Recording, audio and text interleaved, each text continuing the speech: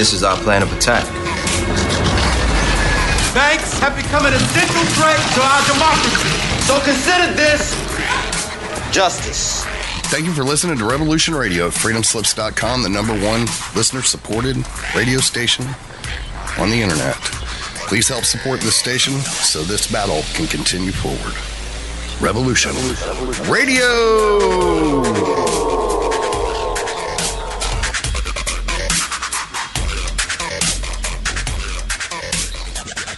The opinions expressed on this radio station, its programs, and its website by the hosts, guests, and call-in listeners or chatters are solely the opinions of the original source who expressed them. They do not necessarily represent the opinions of Revolution Radio and freedomslips.com, its staff, or affiliates. You're listening to Revolution Radio, freedomslips.com, 100% listener-supported radio, and now we return you to your host.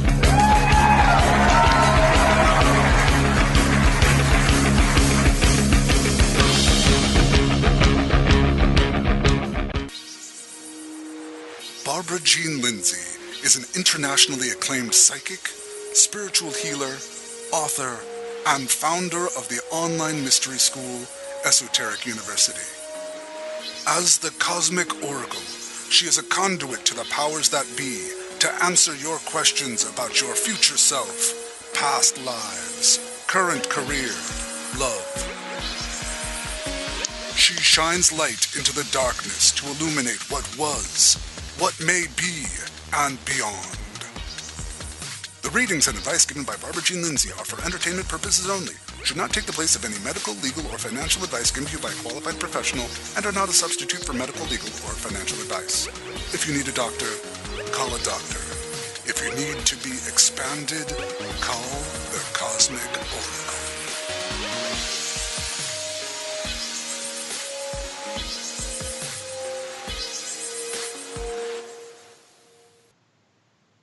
Thank you for listening to the Cosmic Oracle Show. We're coming to you live from Sierra Madre, California. And this is your host, Barbara Jean Lindsey. And we have for our guests this evening, we have some wonderful guests. And I met them at Contact in the Desert, and they're becoming really good friends of mine. And they're also in my latest book, Seized by Sekhmet, an Egyptian Goddess Revolution. We will have an interview this evening with Bret Colin Shepard, and I'll tell you all about him in a minute, and his partner, Karen Christine Patrick. So they're just wonderful, wonderful beings that are just, they just produced a Mars conference in Mexico. We're going to have them all talk about that as well. And so we will have them on the air in just a few moments. Before we do, I just had the most amazing surprise today when I looked at freedomslips.com to see how many donations we had, because we are an all-volunteer station and we all are only here thanks to you and your donations. And so we have already made our quota for the month. Out of the going on, this is almost 4 years now. That's never happened that I know of. So I'm just shocked and really thankful, grateful that we met our quota of $2,600, and we've actually raised $2,638.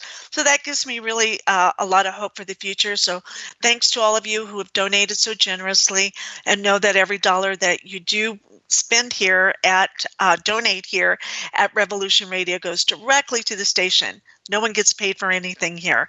So thank you for it in advance for your generosity, and all those listeners. And we make it really easy. Go to freedomslips.com, press that donate button, and continue to give. Thank you so much. So awesome. You made my day. So I am going to go ahead and try and call back Bret.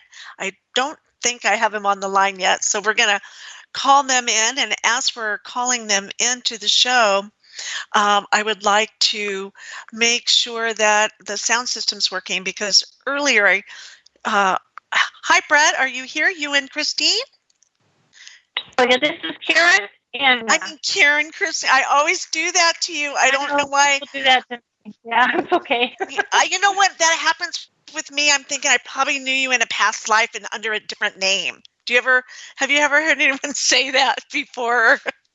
Oh yeah, I'm definitely like clued in my past life experiences, and that was really important to me. Like I feel like you remember past lives that help you with the current one. So that's kind of what Yeah. happened for me. Yeah, You so know, I probably know you from a past life, don't you think? it's really familiar to me. When we met in contact, it's like I've known you my whole life and more. I think. Yeah, I think so too. And you have Brett there with you too, Bret Shepard. We're kind of, sharing a phone, so if you want to talk, and then I'll switch if you want to say. He's not quite ready yet, though. Okay, yeah, I told him about 10 after, so we're good. So we'll start with you, Christine, and I just want to tell them a little bit about your background. Does that sound good? Or Great. okay, and so we have them on.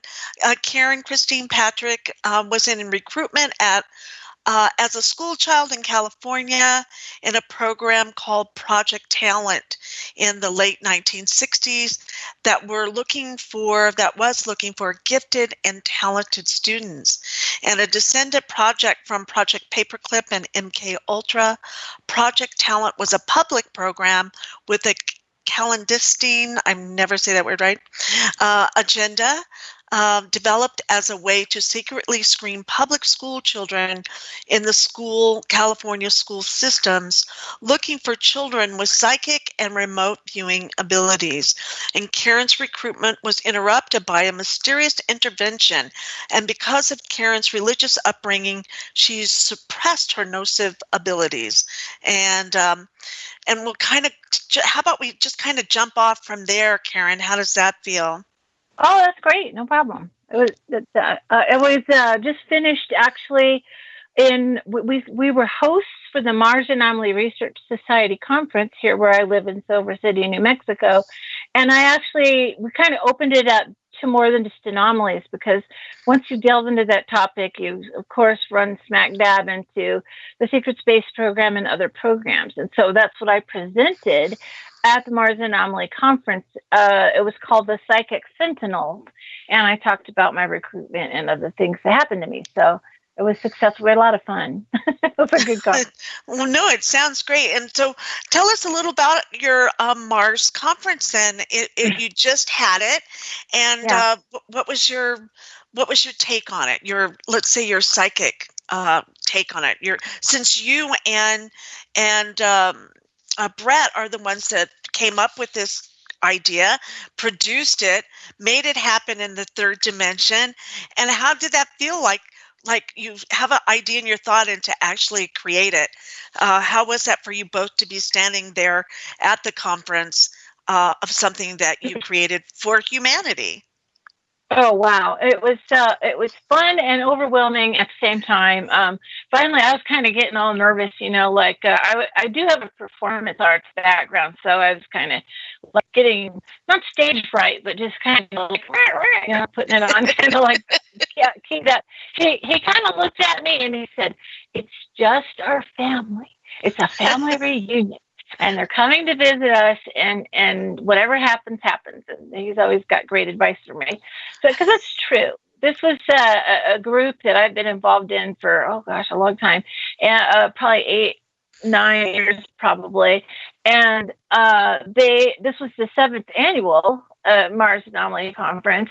The last one was in Mobile, Alabama last year, and so it's tries to stay on topic with the Mars thing, but because of these, people having experiences and delving into their what's going on with them, it's really opened up wide. And I think the Mars story, the whole story, because we had everything from the Anunnaki history with Gemma and Sasha Lesson to a gentleman, Jeffrey Boyd Jr., who you should have go.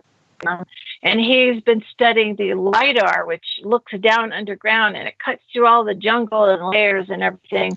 And it basically, you see what's underground, what's underneath. And that was really awesome.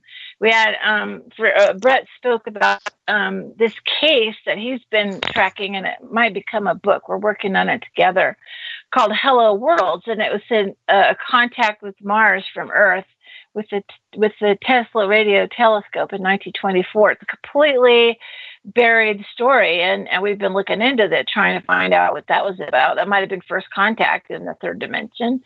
And, we had Fernanda Vosa, who talked about, having how our homes become, toroidal field effect positive, negentropic positive living. And he showed his plans for, I wanted a tiny home made out of it. It looked really cool. And it's kind of almost looks like, it's like a dome, but it's a little bit got more advanced, from the Buckminster Fuller's idea of the dome.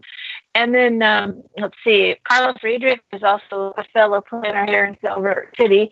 And she was talking, she's a pastor, and she comes from the Swedenborg tradition, which I think is really cool, because I did grow up in a fundamentalist Christian environment. And what Swedenborg was, considered kind of crazy and weird, because he was an experiencer back in the 1600s, and he wrote in great detail his experiences and what messages he got. So it was nice to have a presentation of that faith tradition, but where it was alien positive, right? And so it was really good. Bret's daughter, Cheyenne Shepard, is also a psychic, and they have said over and over that program I was in recruitment for has been discontinued. But when I got a chance to get to know her, and we had lots of long talks about it, they still are running that program in California, and she was a part of it with her twin sister. So it was really high key, and I think that local people we had quite a few good local people show up, ask great questions, but it was like really overwhelming because they never heard any of this before. And some of them were really skeptical, and that was kind of fun to talk to them. We have a resident skeptic. He's kind of cool. And, keep you in check, okay. Right? Oh yeah. That's okay. Yeah. Because we're not asking anyone to believe what we're saying.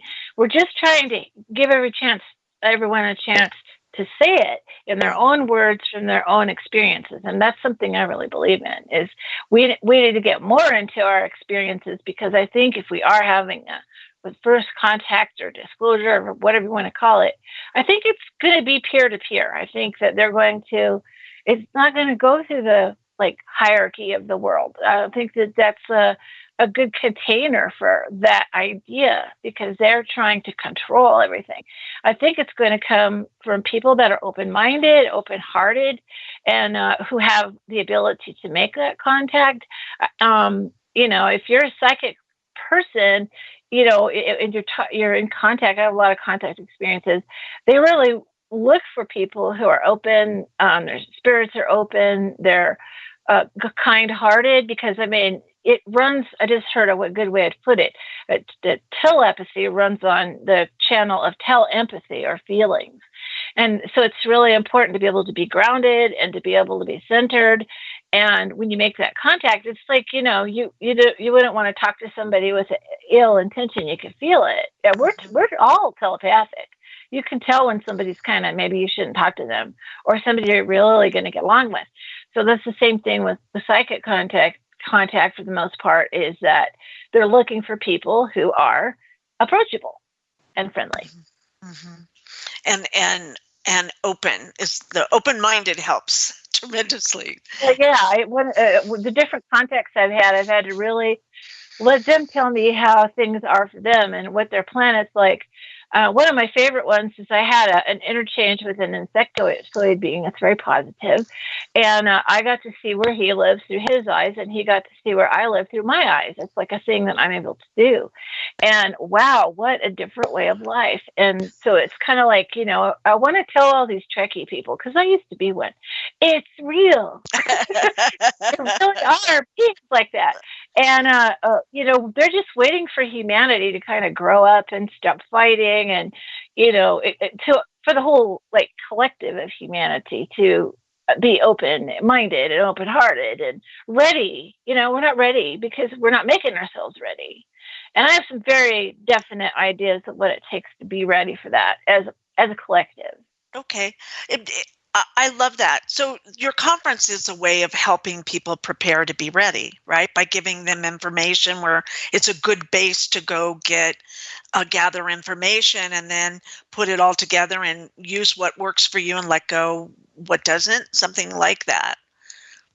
Yeah, it's interesting that really tight period of time that you have to present, like you just want to core dump on everybody. And I'm real bad about that because, I know one of the things I wanted to hear in this conference was not the 101, not the beginner stuff, because they can listen to your radio show or anyone else. Right. I'm the beginner. I'm kindergarten here. Well, you're okay. But I mean, that's important because there's people who need to have it presented that way.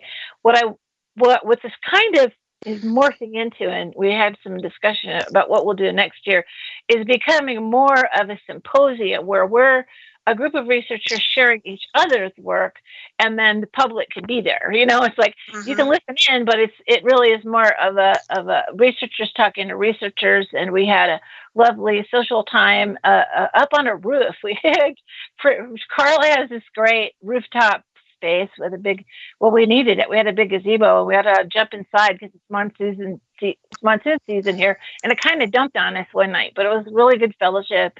We had soup, and Bret made his awesome bread, and we literally broke bread and had some wine and cheese and good conversation, and it was stimulating and thought-provoking, because when you're in your own research, you kind of get your nose to the grindstone kind of, and you're like, oh, I really want to know about that, but I don't have time because I'm trying to present, So that was a good chance for us to share. Like, I always put lots of links in there so people can copy them down. I'm trying to get where when I do a presentation, I have a follow-up on my website that they can go to for extra links so they can go and down the rabbit hole I just came out of.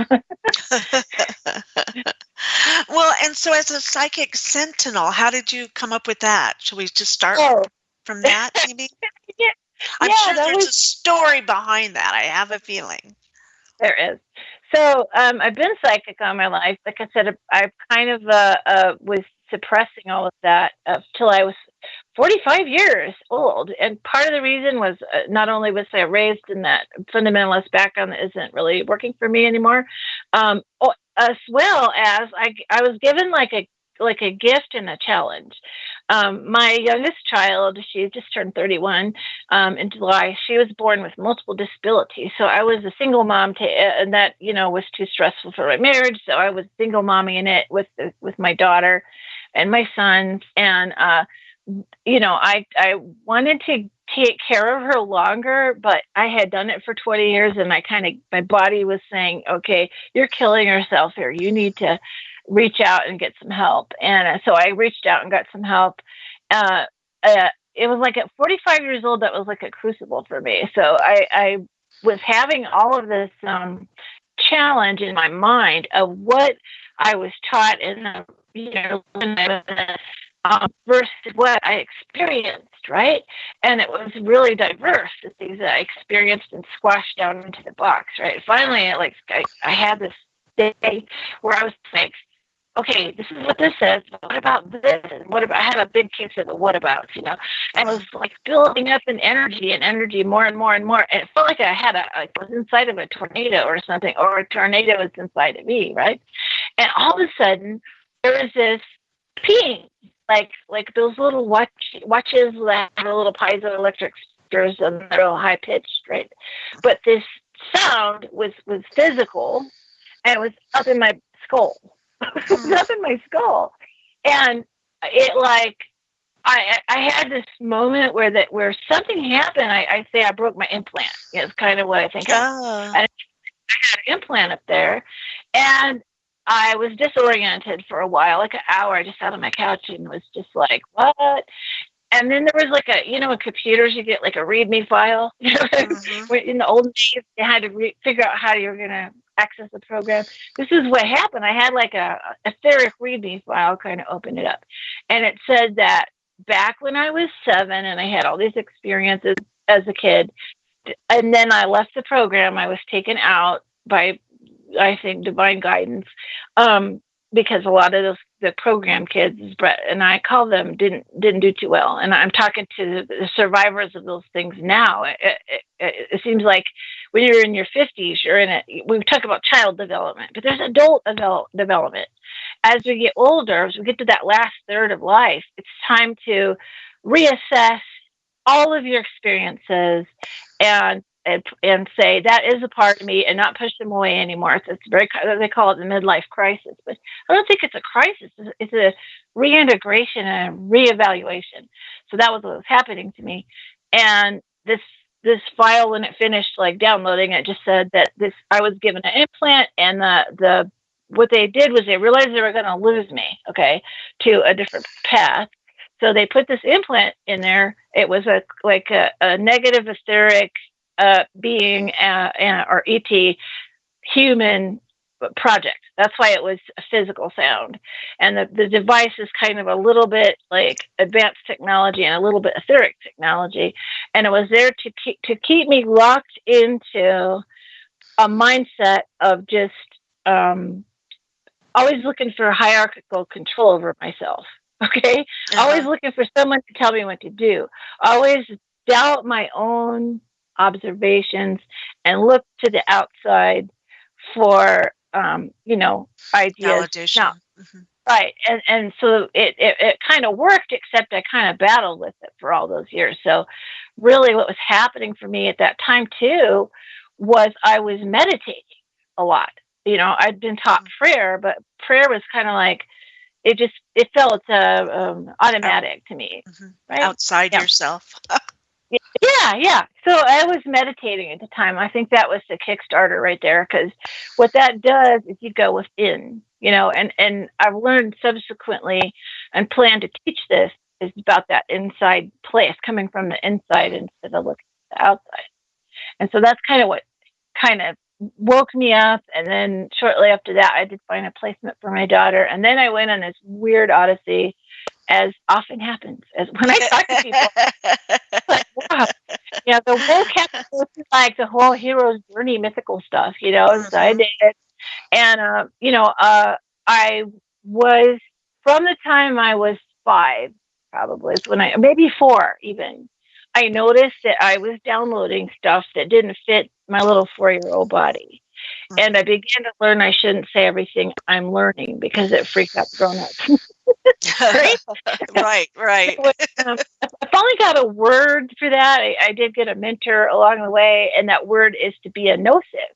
So it's to know. It's like the gnosis. It's like Gnostics. They're trying to get it in touch with the broad internal, right? That whole universe that we have contact with, and anytime we want to. And I talked a little bit about my mentor, and that's I'll go into that at some point. But what was important was to me was that all of a sudden I now can reintegrate all the downloads that I've had in the past, and now it's becoming like a whole picture at this point. And it's so clear to me now. I can now share it with people and teach people about it. Yeah. But to answer your question about the Psychic Sentinel program, the reason why I call that the program that I think I was in, that name, was because after that experience, I did go through that, in terms of a lot. And but remote viewing, and this is important. My mentor was A.R. Borden from the Life Physics Group, and he was a rogue breakaway from a program that combined sort of fringy physicists using psychic people, or gnosis. They called them gnosis. I like that term. I like that term a lot. To go into the understructure of our reality and to see what they could see. And so I did. I do that. I do that very easily. It's in the old Irish term, they called it going into the other world. It's very simple for me. It's also kind of enticing in a way, because I have struggled really hard with my life. It just was one challenge after another, and it was easy to just kind of meditate, check out, go there. I literally lived between worlds for several years when things were really bad, but I found it wasn't a good idea. We have a mission. We're sent here. We have an agreement to do certain things. And if we try to kind of have, well, I lived on a boat, so it's putting one foot in two canoes. You know what's going to happen. You're going to go and splash. So it was kind of like that's how I felt. It's like, okay, fortunately, the universe was, I went to my wit's end. Okay. I got my hero. I got my Bret. And Bret and I met the Lunar Anomaly Research Society. So there's a bunch of these different societies and different groups of people, and there's some crossover. And Bret and I started talking, and we were great friends. And I loved his mind. He's so intelligent, you know. And then he's reading between the lines. Unfortunately, the relationship I was in wasn't going real well. My ex-partner decided to go back to using drugs when he got a diagnosis of a bad disease that his uncle died from. So it was like, okay, I will help you, but I can't help you die. Okay. And it's very violent and, you know, drugs, the drug addiction. So depressed, it's sad, you know. That's how I wished him well, but I couldn't stick around because it was just heartbreaking and dangerous. Right. And you had a mission. You had a purpose other than that. Yeah. And Bret and I became a thing in 2014, and we lived in Texas, where he had a house, and then trees started landing on the electrical, and we couldn't fix it, and it was awful. We're one of those families that lost their homes to, you know, the way our society is not supporting people to have a home, you know, one way or the other. And they weren't supporting the infrastructure there in that neighborhood, and you could see it. And then, you know, I'm one of those people that digs under the reasons for things. And I found out they want that neighborhood to fail because they want to put a super highway there, and the developers want it. So there you go. It's awful. I hate being that aware all the time, but that's how it is. And then we ended up in New Mexico, and that was through our subject of our study for 3 years was Ken Johnston Senior, who had original Bret's digging into those lunar anomalies. I noticed you put his digital moon book up there. And Ken and I, we even lost our car. Things were bad, you know. So Ken came and got it. So took us to Bulin, New Mexico, and south of Albuquerque, and we lived there for a couple of years while we worked on the Ken stuff and learned a lot. I'm just overwhelmed with how much I learned. I need some time to like digest it, and then I'll probably got a book in there something of what I learned about our space program, which I feel was like what I call it. We had overt and covert programs, and so the overt and covert program I was tangentially in was the Psychic Sentinel program, which goes like this: about 5 minutes after they knew that remote viewing was real, somebody goes, "Well, how do we block that?" Right? So they started trying to figure all that out. The United States, the clandestine programs of the United States were having a real challenge because after World War II, half the science, Germany had amassed this wealth of scientists who knew a lot of stuff. So like half of the scientists went to Russia, and about half the scientists went to the United States under something called Project Paperclip. And everybody knows that definitely happened with the space race. So guys who could build rockets were, you know, helping the Russians, and guys were, so we had the space race was on. The Apollo was part of the space race back in the day. But we also had all that because after World War II, you know, the whole bomb thing scared the crap out of everybody. So basically, we knew we couldn't do conventional warfare that ends up in a big boom, you know. So they had this thing called the Cold War. You know, I'm a Cold War baby then, you know.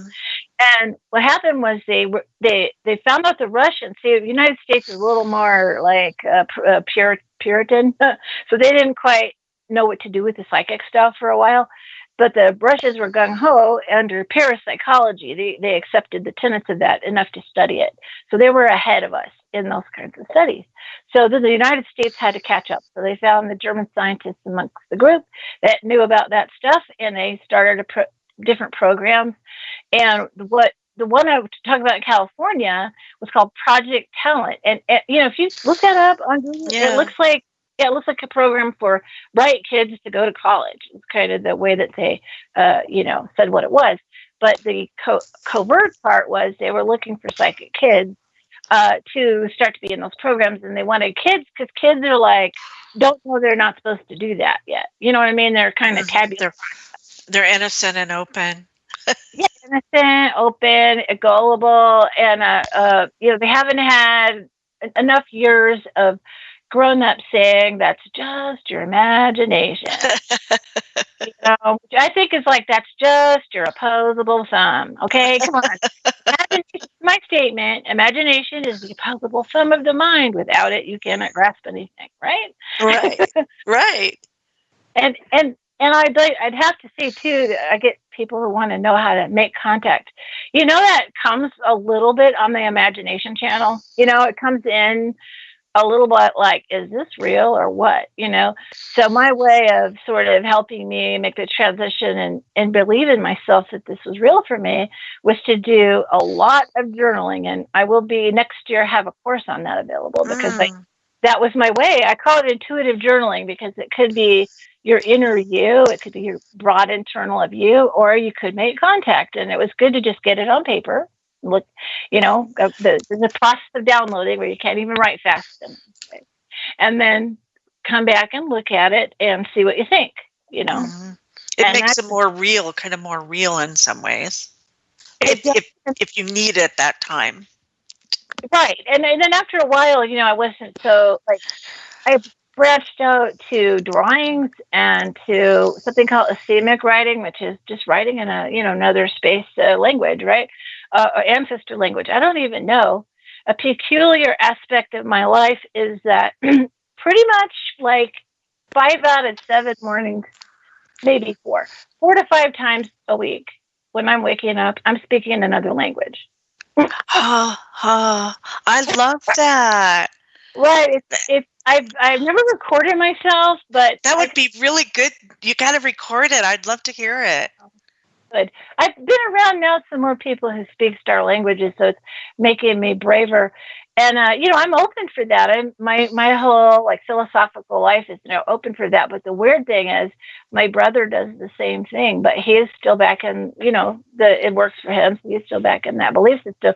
So I don't know exactly how he processes that, but I know for me it feels ancestral to me actually. Yeah. And my belief is we came from the stars, right? And so I'll be talking about that in October, by the way. Oh, yeah. I'm excited to hear you and see you and Bret there, too, at the Stargate conference. Well, something's going on with Albuquerque. Albuquerque is something energetic going on. We've got people who are in contact with aliens underground. We weren't too far from Albuquerque. Cheyenne was walking the dog, and a lizard man came out of the sewer and started telepathically talking to her. So something's going on. Wow. There's 3 conferences going on in Albuquerque along the lines of all these things that we're interested in. So there's something percolating there. You know what I mean? Yeah, it's a hot spot, and you guys are pretty intuitive and psychically in tune with the planet and the cosmos, what's going on. So you're right in the heart of the matter here. So it's awesome. Probably we have Roswell here because what it does, I lived in the Northwest most of my life, or the West. I lived in California too. And Roswell changes the game culturally. So, and our mix of people here don't have blocking belief systems. So it's kind of it's cool to talk about it. The taboo aspect is not there. I remember talking to a gal. I was planning an experiencers group. I had an experiencers group in Berlin for a few months. And this we were at a restaurant. This waiter was rubbernecking, trying to hear what we had to say. And he goes, "Fine." He said, "Look, my sister's all into this. Y'all got to tell me what's going on, So, and you're just sitting there minding your own business, right? Oh, yeah, we're talking about how we're gonna have this alien thing and alien contact. I'm kind of open, crazy open, because I just decided.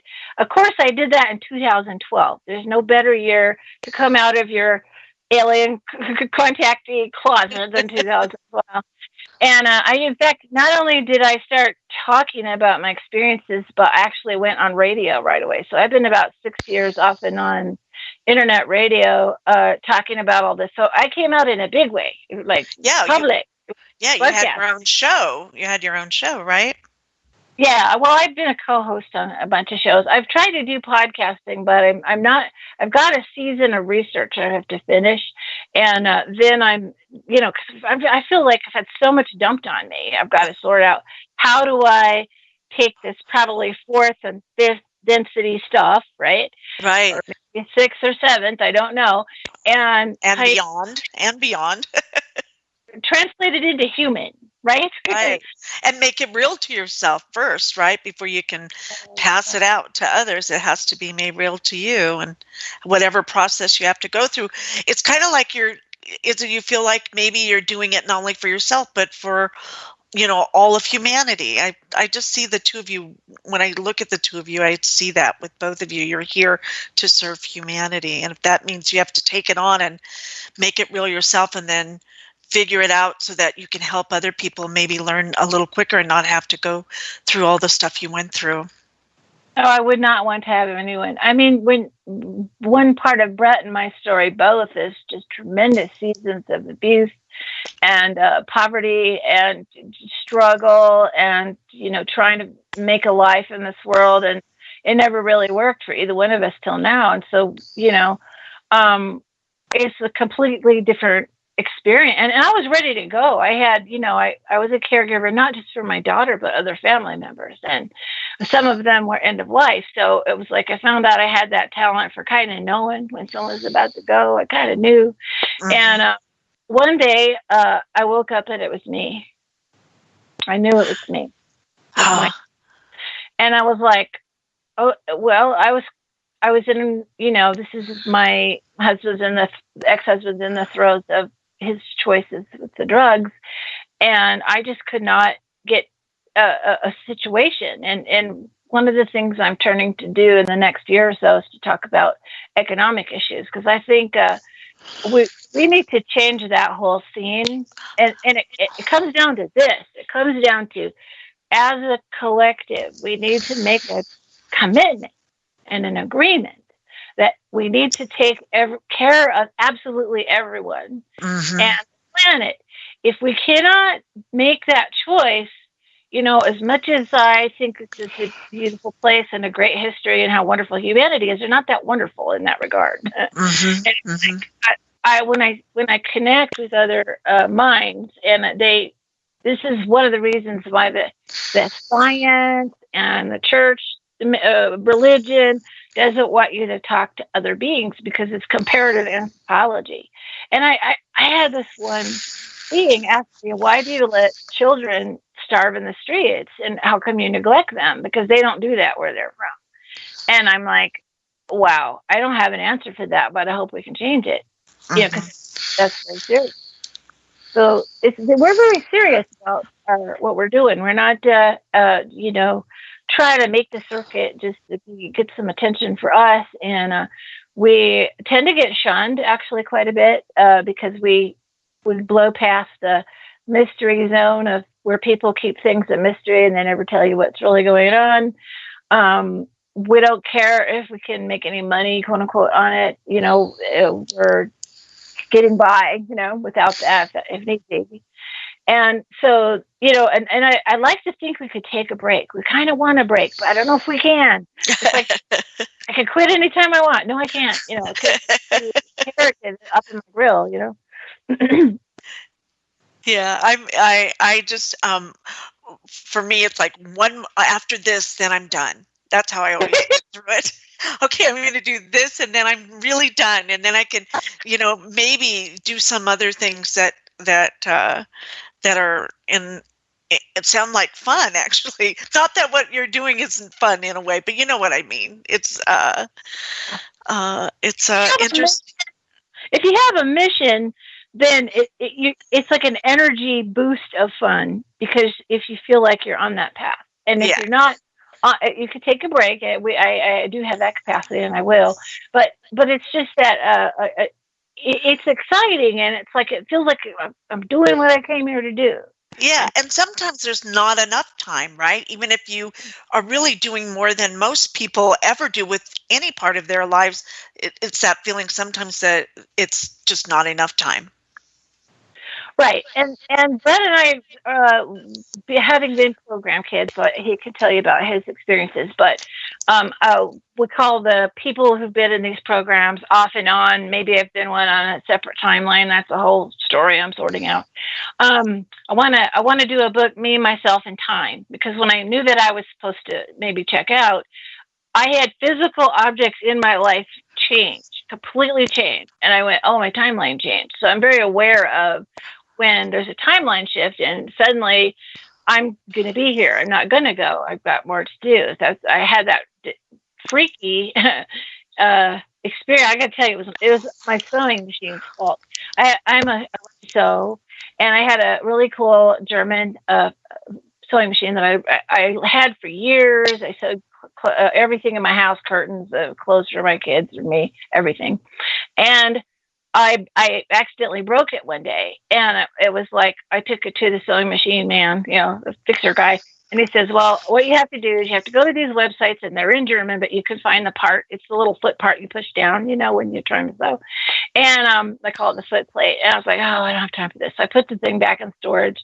I got it out, a couple months later, and the little flywheels. It's the little thing on the side that the foot plate was fine now. 5 people had seen it, that it was broken. Now it was the little flywheel was cracked. So one way it was still workable. The other way was you can't do this anymore. That was a message. You cannot live the way you're living anymore. It's permanently broken. And I knew that, but it was hard to absorb, at that moment. And then things happened. The wheels started turning. The universe started putting options in my life that I had terminated with any more I could do in that life. And I saw the signs that it was going to change for me, and it did. And boy, I'm glad, because I'm in great shape now. I'm happy. Well, and so I like your terminology that it's a timeline shift. I love that, because it's a lot of people in this work have how many 100 lives within their life. I feel like that sometimes, for sure. I'm in connection with those too. So that's the thing. I'm in connection with those, and I consider those other timeline type things, they bleed through. And that's what I kind of think this nocive ability is. It's the ability, my mentor, A.R. Borden, called it topological thinking. So in the olden days, you had a serial part of your computer. You could only put data in one stream, and then we created parallel processing. So you could have multiple streams or multiple lanes of a highway, to go on it. So the capacity increased, and the ETs that were talking to him were saying, "Why are humans so, linear? We're just so one track."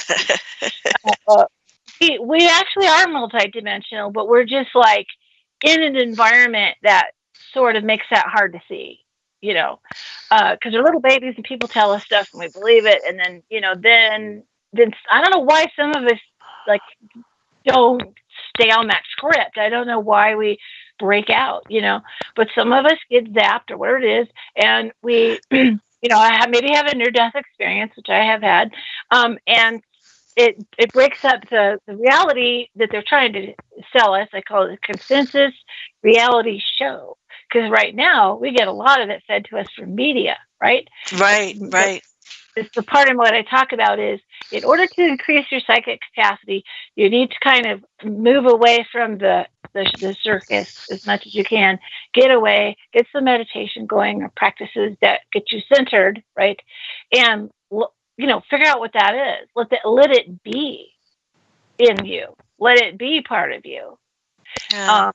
And that's the hardest thing to do in the treadmill that we have as a life right now. No matter what you're in, it's very demanding. And I think it's very demanding by design, so that your attention is always focused on, I got to pay this bill and this kind of stuff. I actually call that the labyrinth of despair. Yeah. Ooh, I like that. That's well said.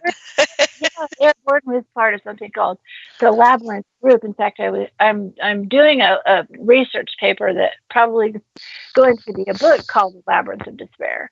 Yeah, and I love that. In a negative direction, because I'm not a negative person, but I want to shine a light on what is going on with us that's spinning our wheels, taking our energy, because the system's a little bit on the vampiric side, and we need to start putting that energy back into us. And it's not selfish to do that at all. It makes you more able to help people if you do that.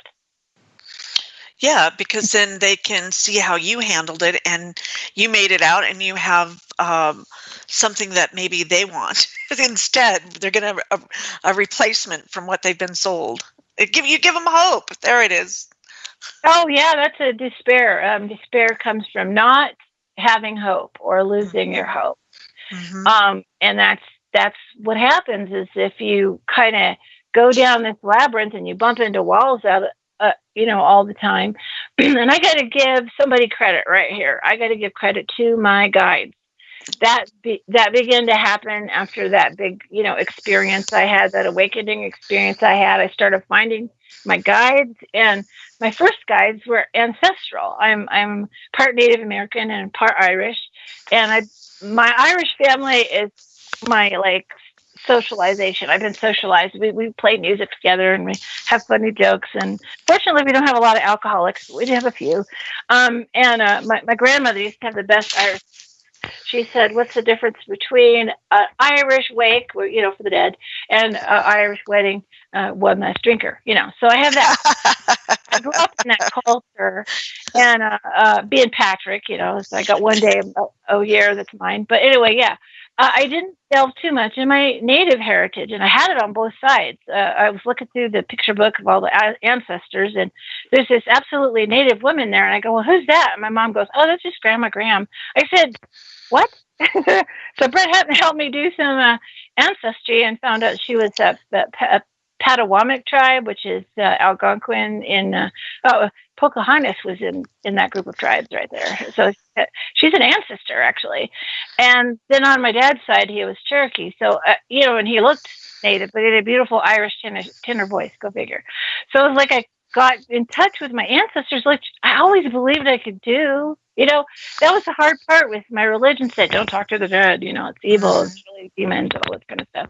And they push you away from a resource. And then I went back and found out some of my ancestors were star beings. Okay, they were from other places, and made those kind of contacts.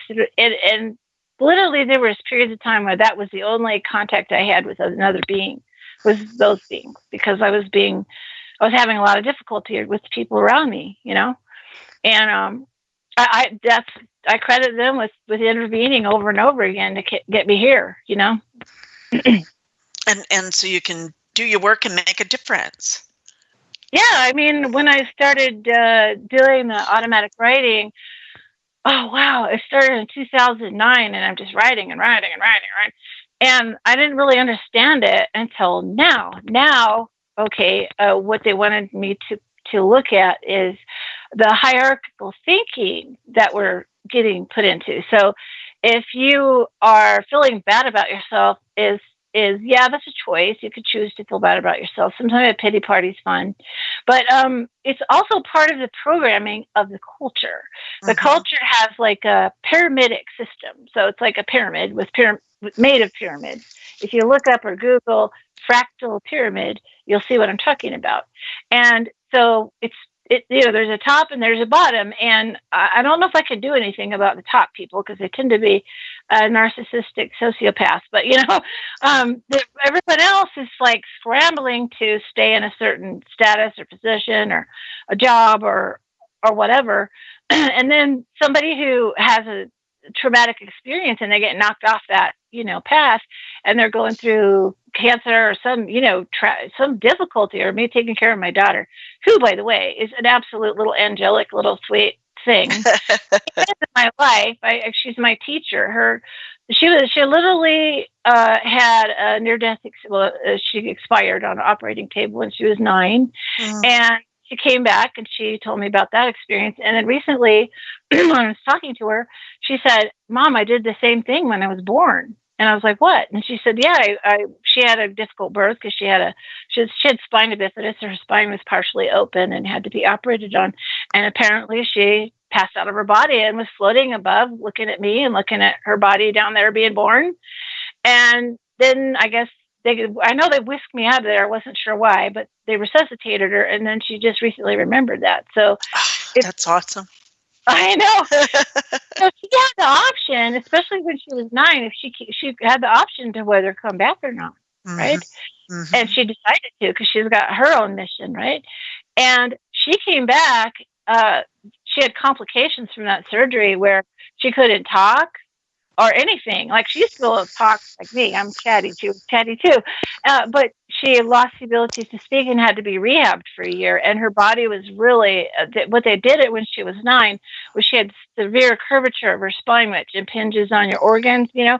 So they put rods in her back, but she had complications when that happened. And, you know, so she had a tough time. I was like thinking how amazing that is, that she came back to a broken body, and who knows if she's going to speak again and all of that, because of her sense of her mission. I think that's amazing. Yeah. And with you being her mom, then, you know, she's in on the ground floor, because you've really started a foundation for her to explore that with freedom. That's, yeah. Well, I didn't talk about it until later, until I kind of got myself sorted out. And then by then she's in where she needs to be, institutional care. It's really hard to take care of somebody when they've got a case of the ands. They got this and that and this and that, and they need to have staff 24/7. And I tried to do it, and I was crashing. And my mom said, "Look, I'm not a hospital and you're not a clinic." I think she said, "I'm not a clinic and you're not a doctor. We need to get you some help." So, I think my foundation probably goes back 2 generations. My mom and my grandma, who was amazing. They were strong women, and my grandma was widowed 4 times because of wars. And my mom had a lot to do with in the religion, because she never really quite, she was struggling with what the religion was saying about women, I think. So we've had a lot of talks about that. And so, we had to be strong. We went through a lot. And so, yeah, my daughter gets to have that benefit, but she's also a teacher. She taught me a lot. Oh, well, and so I want to thank you for talking about yourself. I mean, and exploring this with our listeners here this evening, and later on when they come to the Cosmic Oracle YouTube channel. And so if you had, say we have 5 minutes left before we go on break, do you have a message to our listeners that who are just tuning in the first time, and they kind of came to this because of your Mars conference, and about they're interested in exploring their own psychic abilities, and use your stories as an example to go through in your life? Yes. Well, I want to first of all let them know about KC, as in ChristinePatrick.com, is my website. There's 2 free ebooks on there. And my other website is portalsofknowing.com, and I have resources on there. But yeah, I do have a pretty simple message, in the sense that, first of all, the whole collective's going through a transition, and we're going from hierarchy-based to something called holarchy-based. And it's going to be the people who get in touch with their inner, higher power, who are going to be the ones lighting the way and making it happen. And that we need to be on board with whatever tools it takes for the collective to let go of hierarchy and money system. And you can do it. This is real. This is good. It feels really good to know yourself and get into your abilities. And they'll guide you. You'll get guides for sure. And then to share them with the people around you, your family, or maybe not the family, depending, right? Yeah, some people can't, they're not ready, and they got their own path, and it's been tough to be shunned. I've been shunned, and it's tough to lose family, but I also gained some family, and there's other people on that journey, and it's so cool to connect with you and people from all these different walks of life who've been given a glimpse of what I think is our future. And I feel very positive in spite of the negative stuff I've had to go through. Yeah. And I like the collective, I always think of it as a new collective, a new way, a new light in the darkness, shall we say, that we're not taking this anymore. Okay. We're not taking whatever you're giving us. And we're we have a new way, and we're not quite sure what it is, but if enough of us get together and connect, I think that's the catalyst, is the connection. And so we have like 2 minutes, but I just thought of, you've been doing the Mars conference. This is the 7th year. What's the growth change in 7 years from where those beginnings to now, and what you see in the future?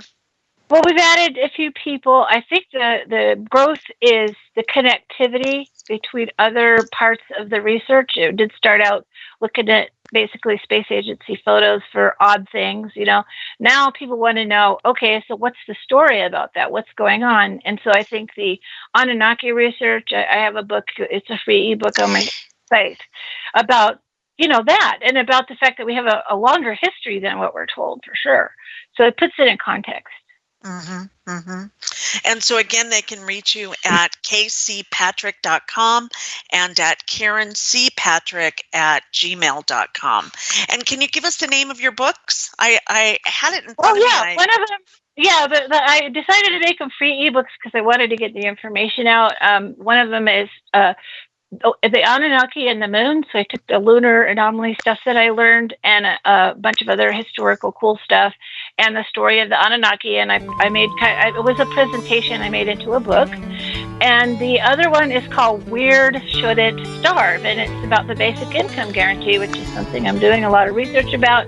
And it's the idea that if people are not afraid to tell their story because they won't get financially assassinated, we're going to be able to hear a lot more the stories that will make sense to us. It's the idea of getting free speech, right? Because now people are afraid to say something because they might lose their job or something, like that. So or they would get uncomfortable. Some of this work is about getting uncomfortable, right? It's not like, I'm going to buy this Stairway to Heaven, right? No. Listen to Revolution Radio at freedomslips.com. We'll be right You have to just start from wherever it is and take that courage, take that big breath and jump in, and you're some of the way showers of you're not going to drown. We'll help you out, and not only we'll help you out, a visiting Syrian diplomat reported today that their population is evolving rapidly and advancing into a fifth-dimensional consciousness. That's part of it. We're in this together. They are seeking peace with all cosmic cultures, which may mean that the Earth will be asked to join the prestigious Galactic Federation of Light Alliances. Sure if it's going to Please join Debbie West and Michael Hathaway on Lost Knowledge. If we should be going to break, 3 I'm not sure if it'll Eastern Standard Time to start in itself Studio A. or not. So, for the that's okay. I'll put Brett on for the second hour. on the Thank you. Star Visitors Peaceful Contact and the ongoing project of Stargate cleansing Conference, the Earth. Stargate Conference in October in Who are you? Mexico. I am the architect. Awesome. I created the Matrix. Bye-bye. I've been We'll waiting hang for out. you. Why am I here? Let's see if we You are are on the or not. eventuality of an anomaly which, we are. despite my sincerest Okay. efforts, I have been unable to eliminate right from back. what is otherwise Bret Colin a Shepard. harmony of mathematical precision, which has led you inexorably here. You haven't answered my question. The Matrix is older than you know, as you are undoubtedly gathering. The anomaly is systemic, creating fluctuations in even the most simplistic equation. Choice. The problem is choice. Right here at Revolution Radio, freedomslips.com. Be here Wednesday evening at 8 p.m. Eastern Time for Private Eye Matrix Revealed with Monique Lassonde.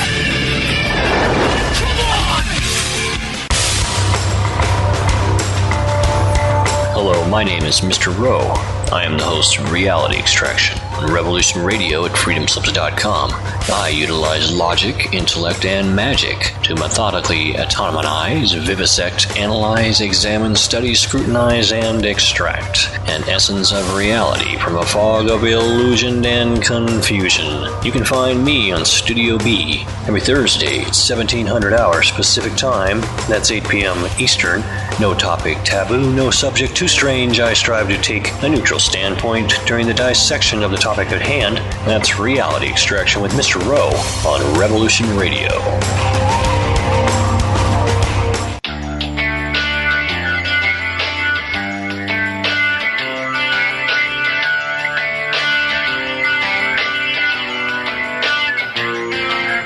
This is Thomas, a.k.a. a Mad Painter. I'd like you to join me Monday nights, 10 p.m. Eastern Standard Time for Open Canvas. Don't forget to bring an open mind. Yes, folks, that's right. Bring an open mind to an open canvas. Again, that is Monday nights, 10 p.m. Eastern. UFOs to government corruption. This is Revolution Radio, freedomslips.com. You don't need to expect us. We're already here.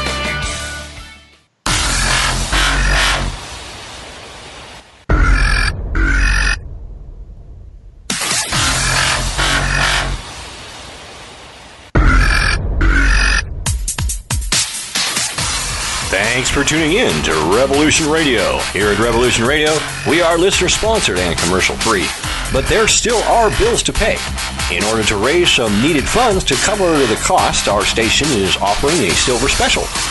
In the continental United States for a $60 donation, or in Alaska, Hawaii, or Canada for a $70 donation, we will send you an uncirculated 2018 1-ounce pure silver eagle. The $70 donation, the extra 10 is to cover shipping, by the way, outside of the continental United States. When making the donation, you must put Silver Eagle promo in the notes on the donation. And thank you for tuning in to Revolution Radio at revolution.radio and freedomslips.com. Without you, there is no us. Revolution Radio, where information never sleeps.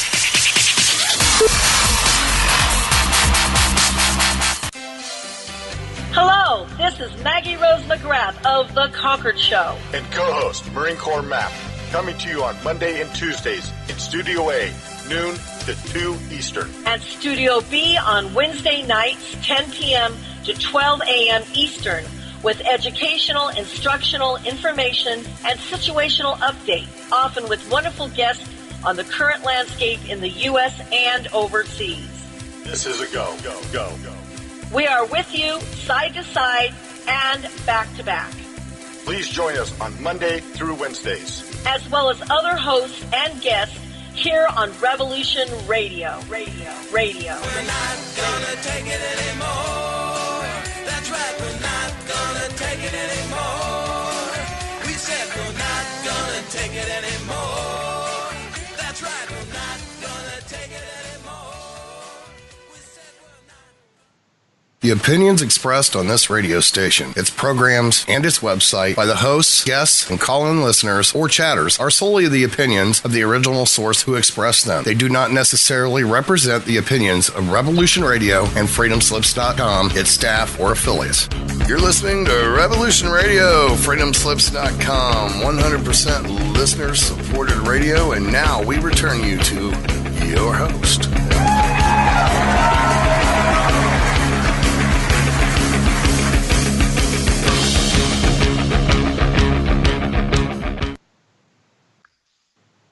Thank you and welcome back to the Cosmic Oracle Show, and I'm your host, Barbara Jean Lindsey, and we are just having one heck of a evening. We have been to Mars and back, and with the producer of the Mars Conference, the Mars Anomaly Conference that just happened in New Mexico.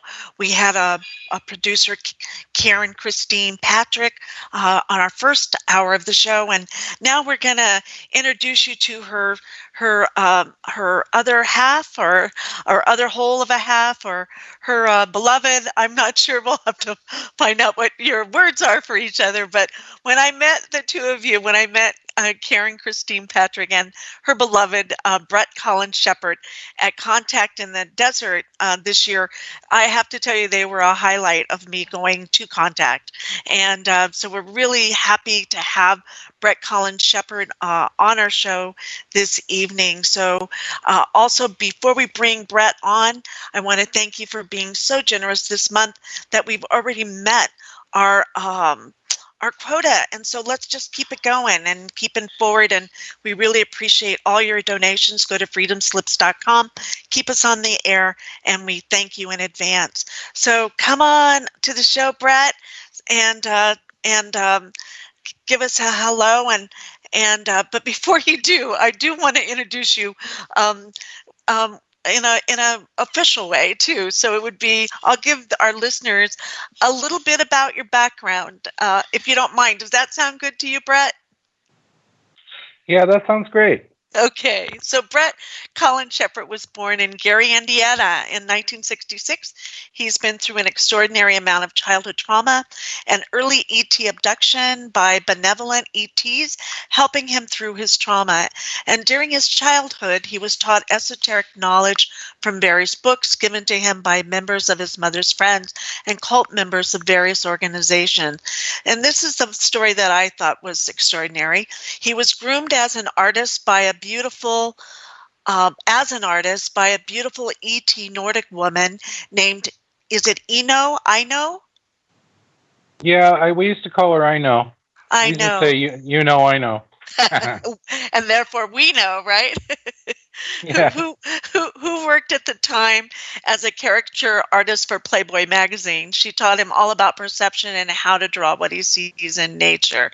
And we can go on. I mean, and what you're known for is you're one of the people, I guess that's the best word, researcher would be a more appropriate word, and your research with the NASA images, especially known for your lunar Acropolis and the Jupiter 2 UFO on Mars, and my favorite, the Lion of Sidonia. And so if you've gone to the Cosmic Oracle Show on Facebook, we have a beautiful picture of your book too, The Digital Moon. So welcome to the show, Bret, and anything you want to add to this, fresh from the Mars conference. Yes, thank you. Thanks for having me on. My gosh, there's a lot to add to that. Yes, I don't know where to begin, so I'm going to let you do this, all right? Is that cool? Yeah, that's fine. Okay. Well, you know, I know is a very interesting subject, you know, and I include her in some of my talks. And I did this year at the Mars conference, and there just happened to be a spook, you know, that came to see us all talk. I'm not sure, you know, who his target was or whatever, but he used to work for Holloman Air Force Base and NASA and everything else. And yay, you know, because that's who I'm talking to, you know. Mm-hmm. So, you know, I talked about I know, and he pulled me aside after the conference and he said, "Where did you say she worked?" You know, and I said she worked for Playboy magazine in Chicago when they were starting out. And he said, "That's one of the workers. I think that's one of the workers." I said, "You want to see a picture of her?" You know, so I showed him a picture out of the Digital Moon book, and he confirmed that that is in fact one of the human ETs that work with us. And I know I can't find her anywhere now. Okay, she's back in space or wherever, because she's not on Earth anymore. Well, so can you tell that story a little bit about that? So, like, you were just yes. Please do. I think it's an extraordinary story. Yes. When I was about 8 or 9 years old, she happened to meet up with my mom in Chicago at Mr. Kelly's, or I think it's Kelly's, where Bette Midler used to play in a lot of different groups, you know. And she was a very unique person. She lived in Lincoln Park in a studio apartment, very nice one. She had giant puzzles on her wall that were intricate little tiny pieces, and she said that she put it together in a couple of days. You know, so she was a very unique person. And she taught me. She really didn't care too much for my mom all that much, but I think her target was me. You know, because she spent a lot of time with me. My mom is another long story. You know. She got affiliated with Michael Aquino and some of the witchcraft stuff, Temple of Set and Ankhs and all this other jazz. So I learned a lot of esoteric things out of books and stuff when I was a kid. You know, they used to give me,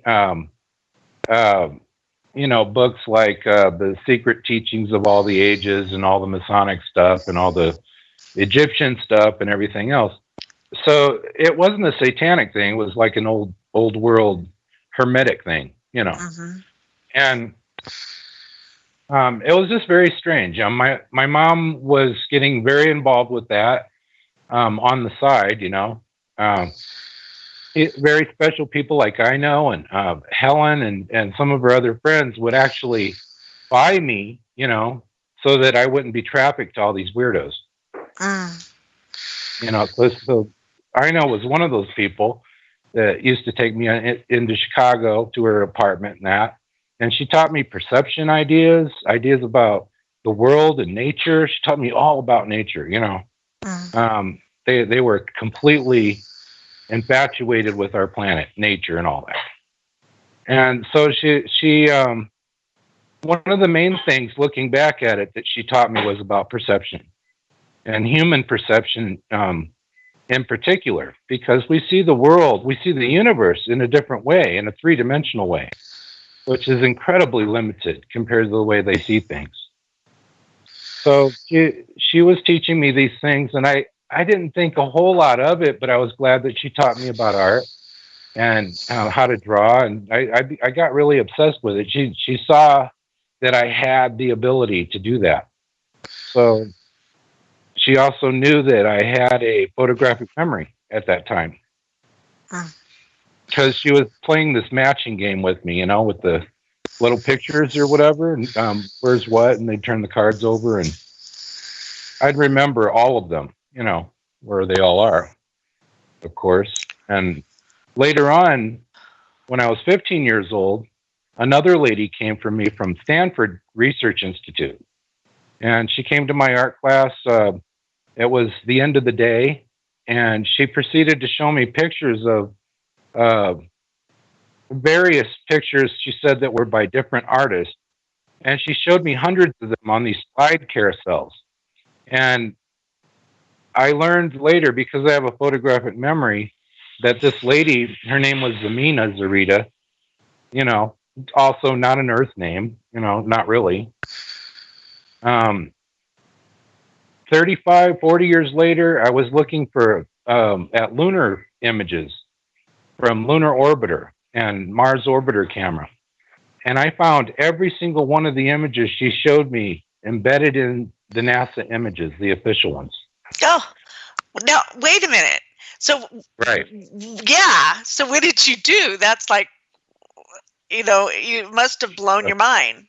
Well, what was really crazy is I got involved in it because of my childhood background, and also looking into my genealogy, my matriarchy especially, because I know a lot of people don't know it, but when they look for their where they came from, and they'll run into king's lists around in Ireland or so, in France. So these king's lists are not real. They lead back to Adam and Jesus and all of that stuff, and it's fake, to say the least. Because King James had some kind of decree with the Roman Catholic Church, and they decided to make a genealogy to have a rightful king. So his background had to go all the way back to either Jesus or Adam or whatever. So that's what I ran into. And I said, okay, enough of this. I'm going for the matriarchy. And that was incredibly difficult. There was a whole lot of records there. I had to really dig. And I ran into the Pelagian Empire. So this was about 20,000 years before Samaria. I'm not familiar with it at all. Make a long story short, yes. So I went all the way back past Egypt and all of that. I found out that the tribe of Dan is not a ginger, blue-eyed, blonde-haired thing or whatever. It's not the devil or anything like that. But in the Bible, actually means Sudan from the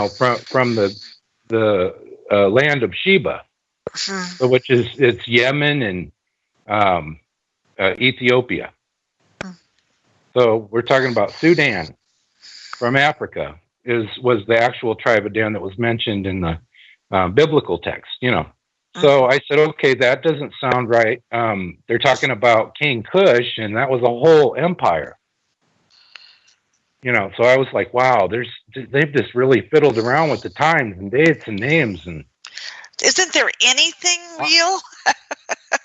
Yes, there actually is. Before that, what all that stuff is based on is actually real. When you go a lot further back, basically the tribes, they went from a nature type of veneration, for Earth, to a matriarchy, which was sort of a not really such a matriarchy, but a veneration for the goddess and fertility, and then they went to the matriarchy, of course, where they had to have full control over the entities and the people that they were talking to. So they made gods out of them and themselves. So basically they, made God in their image and etc. around the time of the Rishas and the Pranas. So when they started talking about Brahma and all that, where that translated later in Turkey and in Samaria and Assyria as a Brahmin or Abraham. And also they talked about Amos, which was a landowner in Turkey. And this was,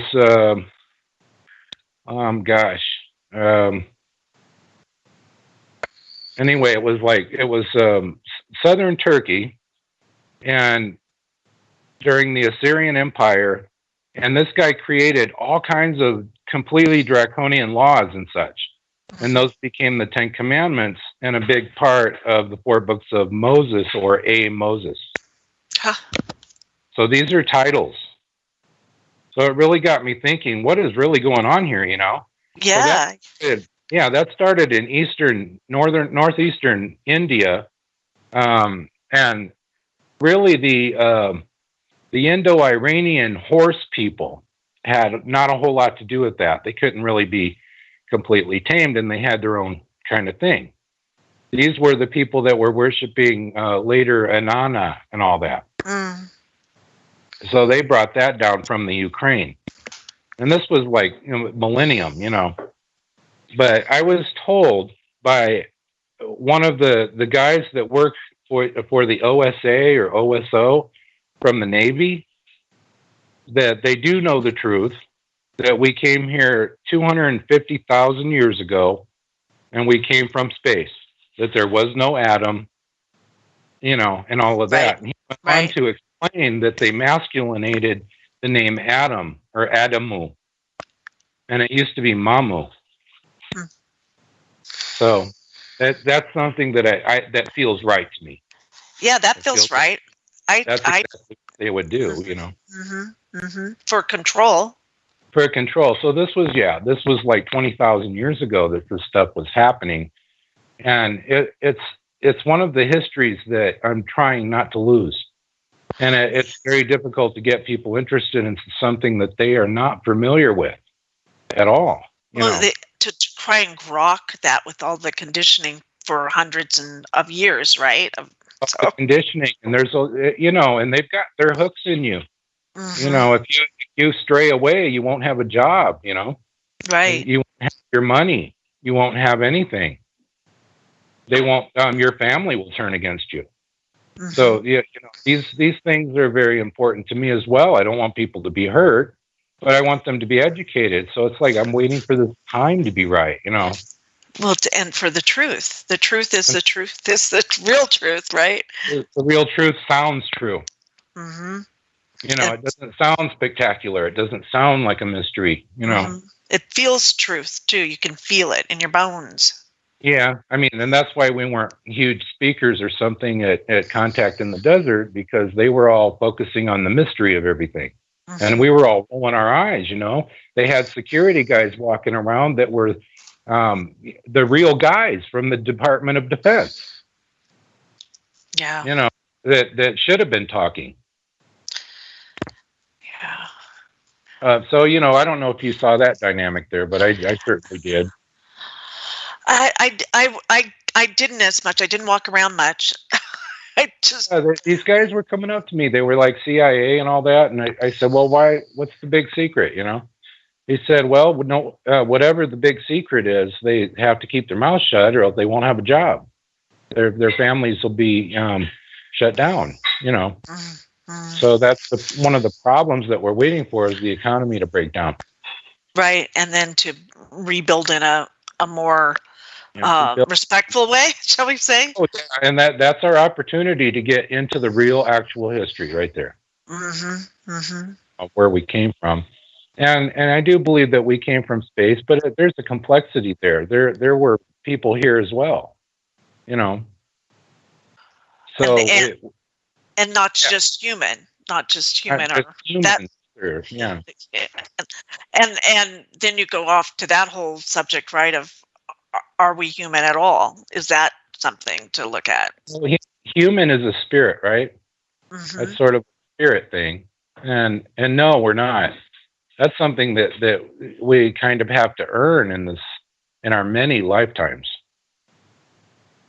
Can you explain a little bit about that? I like where you're going with this. Yeah, there's some of us are on a time loop, or all of us. Well, we have different timelines. We're very multidimensional. We live on different timelines as sort of the mirror of this one, and the mirror of the next one, So it gets very strange and difficult to explain those things, but if people can imagine that there's dimensions right on top of us, and they talk about seeing shadow people and angels and extraterrestrials and all of that, there is some truth to what Jacques Vallée was saying about that, the shadow people and the extraterrestrials being very similar to the interdimensionals, which they use the same form of communication, Yeah. They use the same interdimensional communication.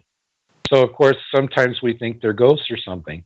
Well, yeah, they can pop in and out. They're not some are incredibly solid and three-dimensional, but they use that mode of communication to communicate with our dreams and etc. So, this is the light that passes through all dimensions. And, just to tell people it's something positive, they came and they talked to Eisenhower and they literally appeared. They popped into our reality on the tarmac at I think it was Holloman Air Force Base, not far from where we live. And these interdimensionals who Gerald Light, which isn't his real name, wrote about extensively, about their world and his contact with them and everything else. He was actually there with Eisenhower in the 50s. And these beings, they came in and popped into our reality and they said, we want you to destroy all of your nuclear weapons because they're affecting our world. Light passes through all dimensions. They weren't concerned about the the non-nuclear weapons, or us blowing each other up. It's a learning thing, They were neutral to that. They were neutral to that, but they didn't want them to be affected by this negative energy and this light. So, that was a huge concern. And they also told them that they were going to contact every individual on Earth in their own time. Oh, I've never heard that before. Oh, yeah. Look up the Gerald Light papers. Light, Eisenhower, that sort of thing.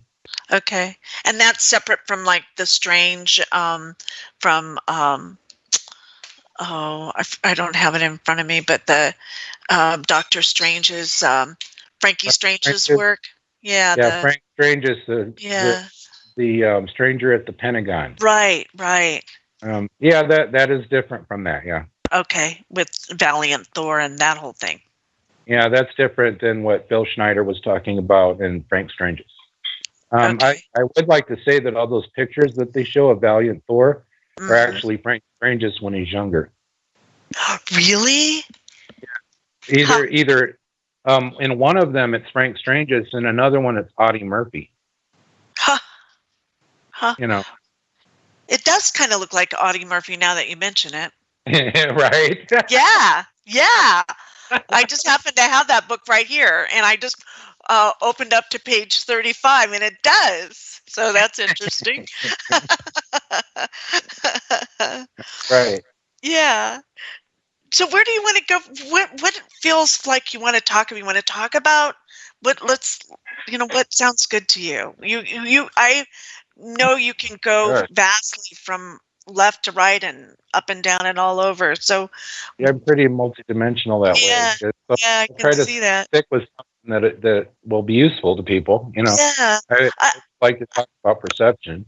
Yeah, let's talk about that. And with your Mars conference, then, for people, why Mars? And we talked a little bit about that and why you're kind of looking more at the moon. Can we maybe jump into that a little bit? Oh, sure. And into perception from that? Sure. I have done probably the most extensive studies of anyone on Earth about the moon. I've looked at absolutely every single NASA image of the moon and Mars. That's extraordinary right there. Okay, that's an extraordinary statement. So it's really not that hard to do because they really didn't give us many pictures of it. Mm-hmm.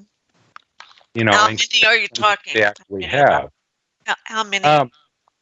About? Gosh, I would say there's probably maybe. I can't even count that high, but there's probably about 30,000 images plus the anomaly images. Mm-hmm. And that's your specialty. 50,000 images, maybe. Wow. And that's being kind, I think it's less than that. Mm-hmm. But yeah, that's sort of, it's something that I got into because at first I was looking for the images that I was shown when I was 15 years old, which were hundreds and hundreds of them, Mm-hmm. And that sort of escalated, and I was finding all of this stuff. And not only that, but I was finding themes, and most of the Mars orbiter camera images, you have a Tolkien theme, like J.R. Tolkien, with the Hobbit and the all of that. And on the moon, you have various different themes. You have one that is sort of psychosexual, that shows human parts and such. And, just something silly. I'll just say it, like a blue jay, going after a worm, but it's not really a worm. You know what I'm saying?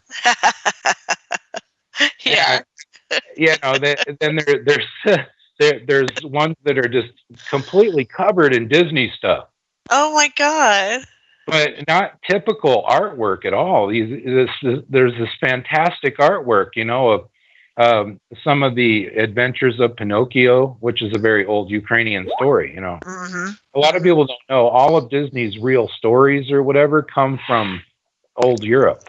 They come from Ukraine and old Europe, the Pelagian Empire. But distorted, right?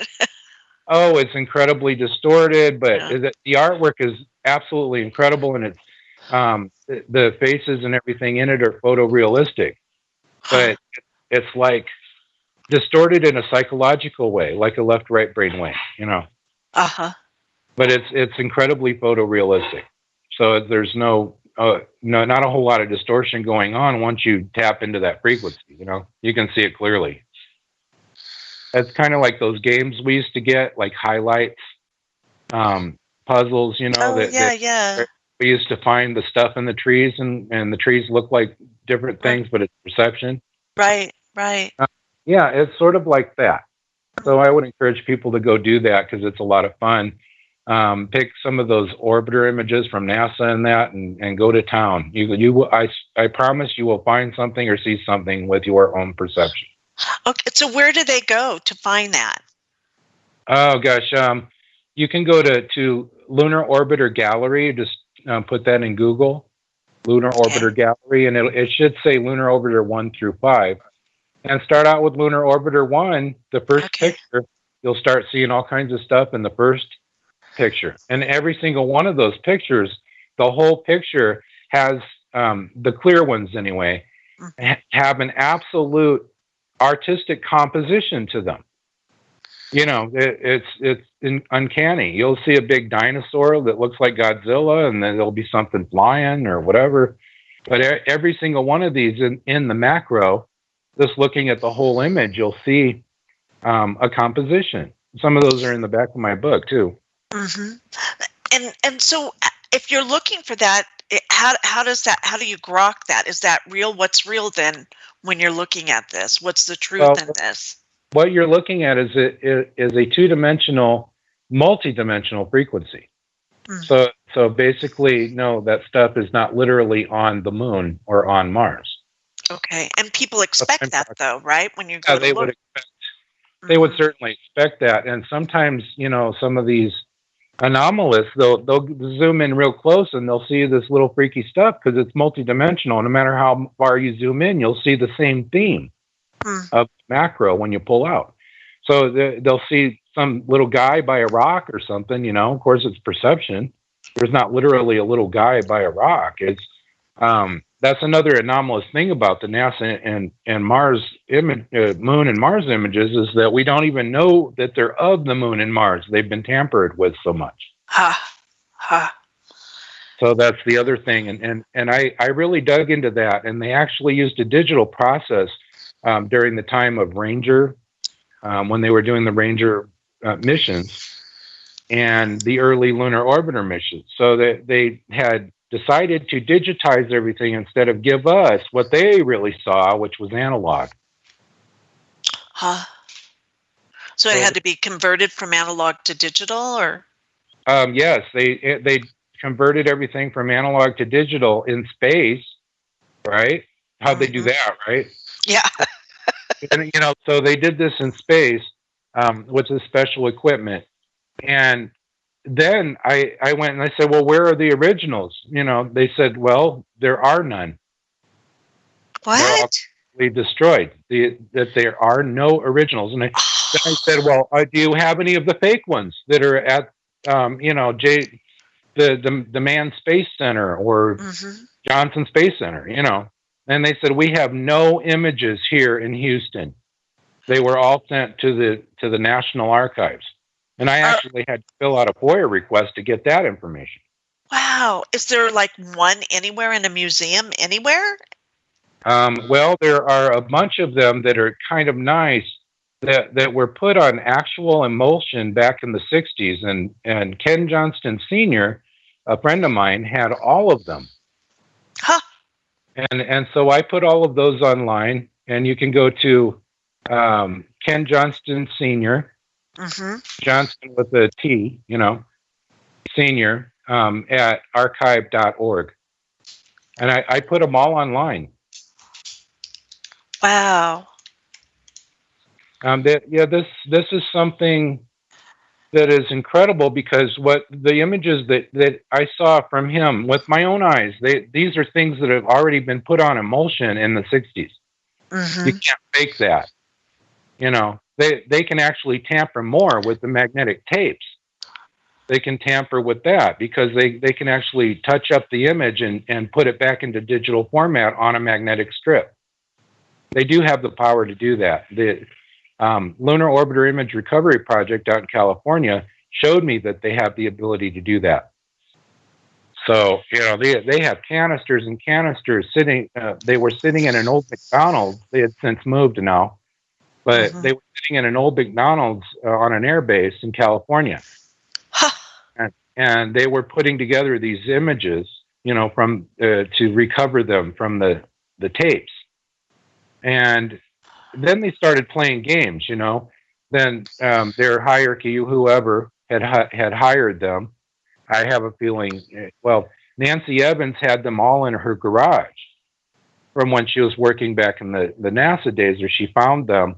And she didn't know what to do with them, but she wanted to save them. So she got some guys together, some nerd guys, and they decided to make this organization, Lunar Orbiter Image Recovery Project, or LORIP.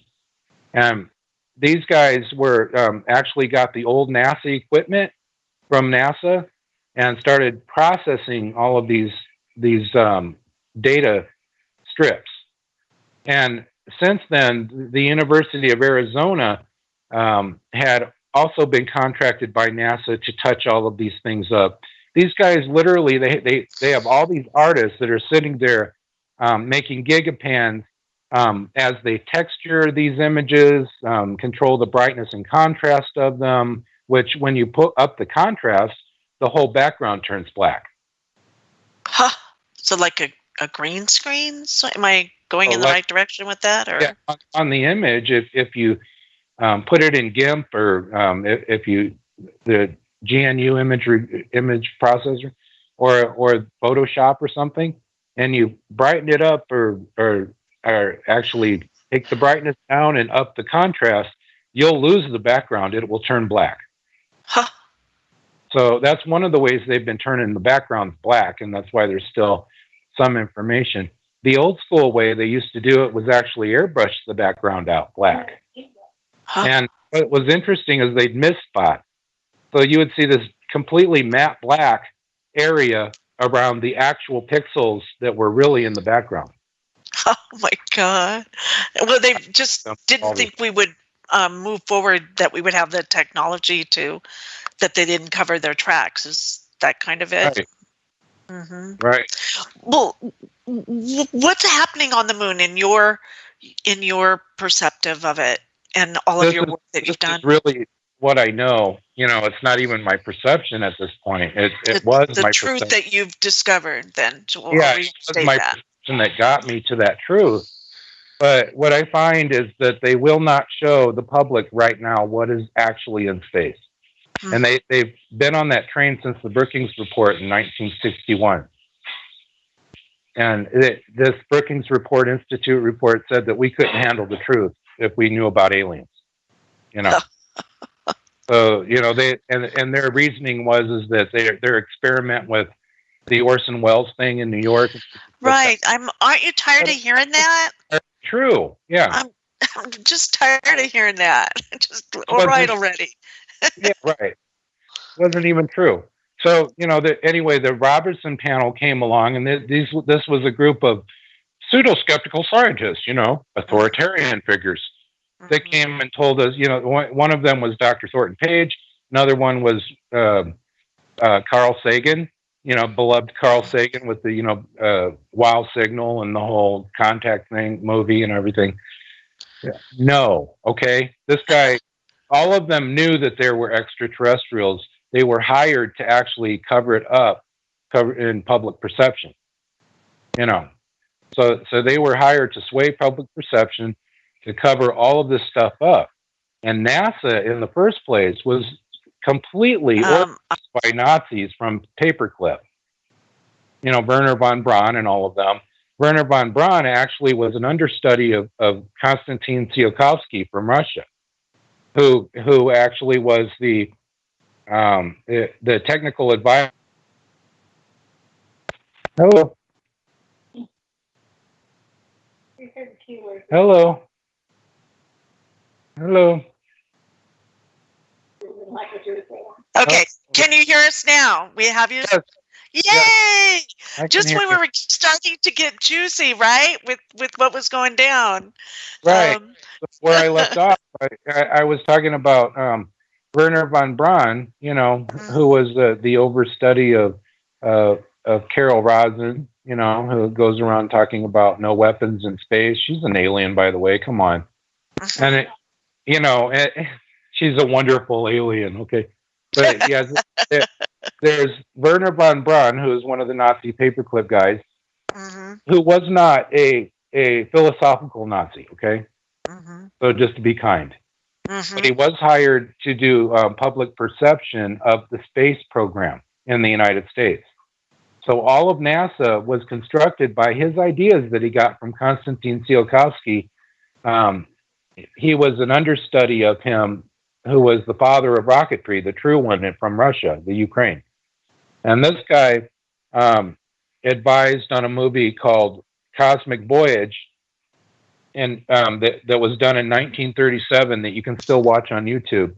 And you'll see, if you watch that movie, that's the exact Nazi, that's the exact propaganda that NASA used for public perception about how we got into space and all, etc. Which isn't how they got into space at all. They already had, they were already working on reverse gravitics and neutral buoyancy and all of that. They had craft that were amazing craft that they were actually filming in the 70s in Utah, and they were flying them around in the United States while they were working on them. And these guys, they have I was told by the OSO naval officer, who still works for them, by the way, that they have spacecraft that are like, like big crazy looking submarine type things, and he said it would make Star Wars look like children's toys. Huh. That's what he said. I love that, and that feels true, doesn't it? It feels right. And he told me that they were actually helped by extraterrestrials to get to the moon. They were like, "What are you people doing?" We weren't even supposed to be in orbit. Okay. Oh. So they were like, "What are you doing?" Anyway, they went up there in a tin can, not expecting not to get that thing demolished or whatever by incoming micrometeors and etc. Radiation, whatever is out there. I don't believe that there's all that much radiation, actually. But these are some of the things, what they were really concerned about is us discovering what was really on the far side of the moon, etc. And what do you think's there, Bret, with all of your years of study and research? I know that there is an intergalactic co-op on the other side of the moon. And they are doing experiments for the betterment of the universe, actually. So when they do some of these crude experiments, it's actually to see where they can take DNA structures, etc. And who's they when you say they? Well, it's sort of a perceptual issue, because some of them are not three-dimensional figuratively, So they're very morphogenetic. So they have to have a corporeal type body structure of some kind. Some of them are gray, some of them are green. Some are look like lions, some look like whatever. But they're incredibly creative with all of that. And the universe is completely diverse. It's just as diverse as it is on Earth. We have many different creatures here, that were genetic implementations of what they were doing out there. Mm-hmm. And that's the same with the moon. Oh, that's the same with the moon. There is some really cool, crazy stuff happening on the far side of the moon. I love it. I love it. Keep going. There's underground bases, facilities. I'm getting this information directly from an extraterrestrial, okay? Huh. This isn't from NASA liars or military-industrial complex liars or whatever. This is directly from those beings that work there. Karen is actually, in contact with one of them that's a green alien. I don't like to call them aliens, extraterrestrial, right. Whatever. Right. But yeah, this is a worker out there, and they like to work to get to know us because, they can't just be superior over us or something and expect to get to know humanity. They'll put themselves in positions as workers, kind of like I did, I'm just a worker at Playboy or whatever. But most of the gals in Playboy magazine are extraterrestrial females. Yeah, we talked about that, and it that will make a lot of women happy. I got to tell you that. Okay. Right. That idealistic, unrealistic extraterrestrial woman that's beautiful or whatever. Yes. You don't expect to ever look like that. Yeah, it's crazy. But yeah, they were in my life, most of my life, actually. Mm-hmm. I was working with one as a nurse's aide, who was one of the gals that was in Playboy magazine back then. I liked older women, sorry, whatever. But, she was awesome, and I used to draw her pictures, some of that morphogenic stuff and some of my ideas of masculinity. And so I like super masculinity, like the curly haired, guy, holding a lamb or something, you know what I mean? Mm-hmm, mm-hmm. To me, that's masculine to show that side of a male, masculine. Mm-hmm. Almost like a demigod. Yeah, absolutely. Somebody that would show this inhuman compassion toward another creature. Mm. So yeah, this inhumanity, you know, is what we seem to think that isn't human. And they've been, in my experience, a lot more compassionate than human beings. You know, as far as that goes. I would be absolutely dead by now in my life if it wasn't for these beings helping you. Do you think they heal you, or yeah, they taught me more than that. They taught me how to heal myself, you know. How do you usually communicate with them? Is it at night, or is it they pop in during the day, or is it just in the mind? No, well, I've had both. I've had the physical ones that actually come here to help me, you know. And I've also had the ones that, like when I was a child, they would take me out of my body so that I could know them. Not know biblically, but you know, get to know who they are. Right. And they've taken me to the moon, out in space, you know, even before I even thought or knew what moon was, you know. So they took me out there and they showed me things. They said that I was going to be important someday, you know. Yeah, I believe that. and doing the work that you're doing right now, it seems like you're just getting started. It kind of built up to this part, and now you're really getting it. Does that make sense? That's going kind of what I get. Going to be an old man before this ever makes sense to people. Absolutely. Yeah. But you have to have it first, again, and make it real to yourself so you can. Is it kind of like getting the information and what it feels like to have it in a human body and have Yeah, it's disgustingly real to me. I mean, it's physically real to me. You know what I mean? It's like right there. And these aren't ideas, or I don't even think it's cool to, you know, to give away your perception or give away your yourself to some extraterrestrial anything. I don't think that's cool at all. But so it wasn't in my nature. That's what's funny about it. To be this woo-woo person that believes in extra dimensionals and all of this other stuff. Well, like it's a trend, a fashion trend, or. Right. Yeah. I'm actually skeptical, not pseudo-skeptical, you know. Yeah. So to me, it was like, oh, show me then. Right. If you're really there, show me or whatever. And they do, you know. It's not a sign from God or something. They pop in and out of my reality, you know. So it's not really anything I really wish, you know, people say that they need proof, but proof is in your own experience. I can't prove to you what I'm seeing. And you can't prove what you're seeing, you know. But maybe the halfway point is art, and that's your art, right? And that's you talked about that in one of your books about perception. That's how we started this. So let's maybe end this last 5 minutes with that perception. Yeah, absolutely. I get excited. I do too. The art is the communication of this whole thing. You know, it's that's the way we can communicate. There are different forms of art, you know, that you can communicate these ideas through. You can do it through sound and through frequency and through literal painting, two-dimensional art or whatever. But all of these ideas are so important that we should communicate these things, and we shouldn't be lazy about it. You know, we should really do it and communicate some of these ideas, because to me, they don't talk to me so much as show me. They show me things in the images and the imagery and everything I'm looking at. So I'm incredibly graphic. I have a whole hologram right away of anything I'm looking at.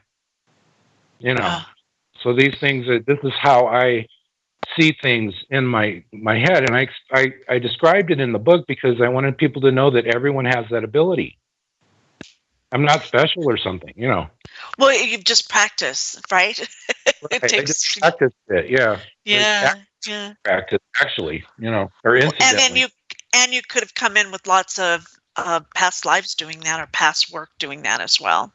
Oh yeah, it really seems natural. Like we're kind of time loop, yeah. I really feel that, like we've done this before, over and over again. It feels like a deja vu every day, you know. And do you find that getting more so than in. Absolutely. Yeah. I do too. Much more.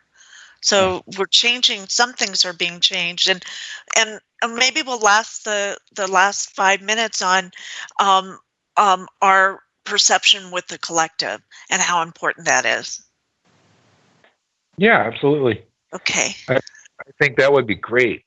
And you know, it was so nice talking to everybody. I think it's wonderful to be on your show and really get to know you in person. It was so charming. It was so nice. Thank you. I'm just open to listening. Thank you. And I'm really selective of who I have on the show too. So it's my baby here. So I'm really happy that you both came on, because actually we talked about it and now we did it. Yay. All right. Yeah, we did it. So do we have time left? Yeah, we have about 5 minutes before we go off. And so I want them to be able to get your book, and it's a beautiful book, Digital Moon, an Extraterrestrial Experience. And where can they reach you? And that's on Amazon, but how can people contact you and talk to you and talk story here? Well, they can get that book or contact that book and learn about me and such on BretColin.com, BretColin. Good. I was just going to do that. BretColin.com. And let's see, they can email me if they would like, to ask some questions. I would love to answer them at BretColin66@gmail.com. Great. And that sounds great. And so you really want to dialogue with people. And that's why you had your conference, because people can talk and connect. Okay. So last 5 minutes then until you'll hear the music come on, about our perception and our collective. Oh, yeah. It's okay that everyone has their own individual perception. That's how we learn as a group. Those are one of the key tools. We don't have to all think the same thing. So you take the high road, I'll take the low road, and we'll get together? Yes. It doesn't have to be that way. I believe that people were put here, even to do bad things. You know what I mean? Yeah. So it's sort of a balance that way. If we had this cheeky, rosy society or whatever, it'd probably be like Logan's Run, where you had to go to carousel when you turned 30 or something. Oh, God. Yeah. Right. We don't want that. No. I love diversity. Yeah. But, oh, yeah. So, yeah, there is an incredible amount of diversity, and that's what makes this place so special. The good and the bad things. Mm-hmm. Which is a perceptual issue, right? What is good? Until you get neutral to that, right? Then one owns you. Some people think skunks outside or whatever smell horrifying. I don't mind it. I actually like it. It's good for asthma. Right, yeah. So that's what I'm talking about. Yeah. We see things good and bad, as far as that goes. And it is a frequency thing. And it really is wonderful when we find our frequency family and we're able to talk to each other and all of that. That's really refreshing. Mm-hmm. But yeah, there's a lot of people out there that need help. They need our help. Mm-hmm. Mm-hmm. And it's not like we're the right ones or something, but we need to express our own perception so that it helps them. Yeah. Yeah. And we're like, it's kind of like the old way that you light your candle and then that candle lights another candle and that candle takes it and lights another candle before you know it, Yeah. Before you know it, we're at least treating each other good. Yeah. Let's just go to the basics, right? The basics. Do no harm is really all we're supposed to do on Earth. Mm-hmm. That's it. Well, I just really loved having you on, Bret, and my love to Karen. Thank you, Karen, Christine, Patrick, for coming on the show. And I love you separately, and then I just really love you as a couple, too. Oh, thank you. And I just wanted to thank you for writing your articles in my book that was published this week, too.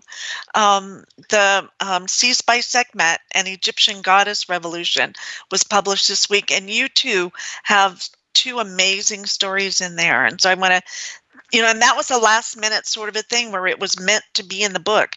You're the last 2 stories that were put, and they had to be there. So I appreciate that as well. Yeah. I really love being on your show, and I like talking to people. I've been on many shows, and even with Ken, Ken Johnston, and yeah, I got to meet him. I met him with you at the Contact. Isn't he funny? He's wonderful. He's going to be at Stargate, right? At the Stargate conference. Yeah, he'll be at Stargate. Yeah, and that's coming up. Stargate to the Cosmos is coming up in October, and you're going to be there speaking. And I probably won't be there. Oh, won't be. But Karen will. Yeah, Karen will. She was amazing here tonight, and she has so much to teach and give, and so she does. And, okay, so thank you both for coming on. Thank you. All right. Okay, much love to everybody, and see you next week. Yeah. Take care. All right. Bye-bye.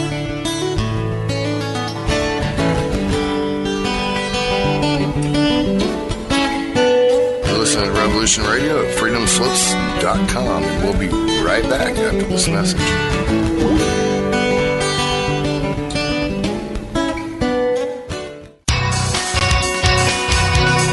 Thank you for listening to Revolution Radio at freedomslips.com. Any commercial advertising you may hear in this program is of the sole discretion and benefit of the host of whose program you are listening to. Revolution Radio does not endorse any commercial products, nor does it accept monetary compensation for on-air advertising of commercial products, nor will it ever. We are and shall remain 100% listener supported. Any product advertising on this program are considered used at buyer risk, and Revolution Radio shall not be held liable for any claims or damages received from any product advertised within this program. Revolution Radio, where information never sleeps.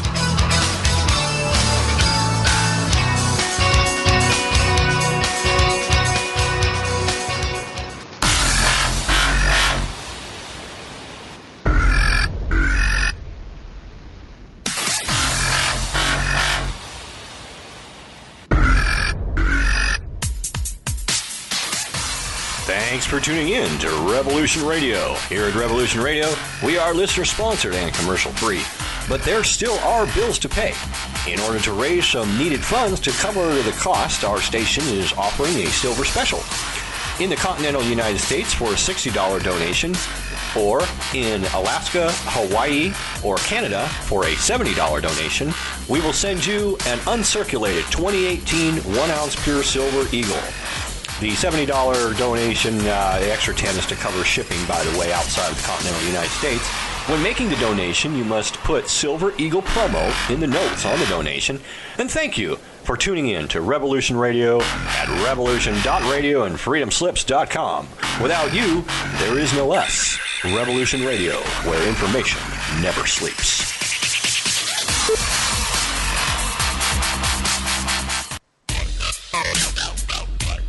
Take a look around, kid. What do you see? Homes being foreclosed. People working 2-3 jobs just to put food on the table and still drowning in debt. Don't get me wrong. This country is founded on great ideals and principles. They've all been ruined by the banks. Open your eyes to the banks that are robbing you. You know who my favorite president was? Who? Thomas Jefferson. Because he saw all of this coming and tried to stop it. He fought the banks. JFK too, and they killed him for it. The banking institution is more dangerous than an army, he said. He also said that every generation needs a revolution, Jimmy. The American dream is just that. Just a dream. War is a continuation of politics, only by other means. Politics is a continuation of economics by other means. This is our bank.